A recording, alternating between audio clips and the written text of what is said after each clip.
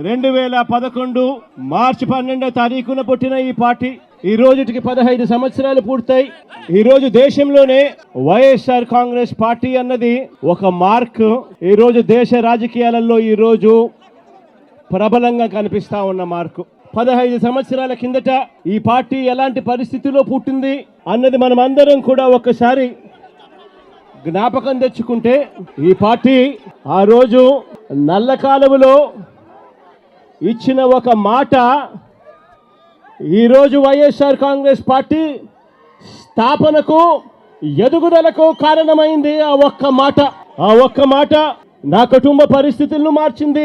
ఆ ఒక్క మాట రాష్ట్రంలో దిశ మార్చింది. ఆ ఒక్క మాట వైఎస్ఆర్ కాంగ్రెస్ పార్టీ అంకురార్పణకు శ్రీకారం చుట్టింది.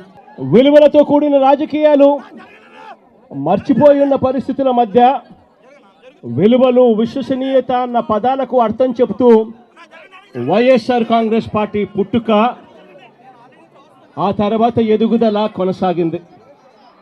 ఈరోజు కూడా నేను ఒకటే చెప్తా ఉన్నాను, ఈరోజు వైఎస్ఆర్ కాంగ్రెస్ పార్టీ అన్నది ఒక్క జగన్ది కాదు.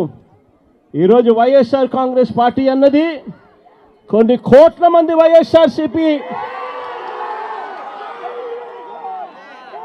కార్యకర్తలది, అభిమానులది, వైఎస్ఆర్ని గుండెల్లో పెట్టుకొని చూసుకుంటున్న నా కుటుంబ సభ్యులది అని చెప్పి గర్వంగా చెప్తాను నేను.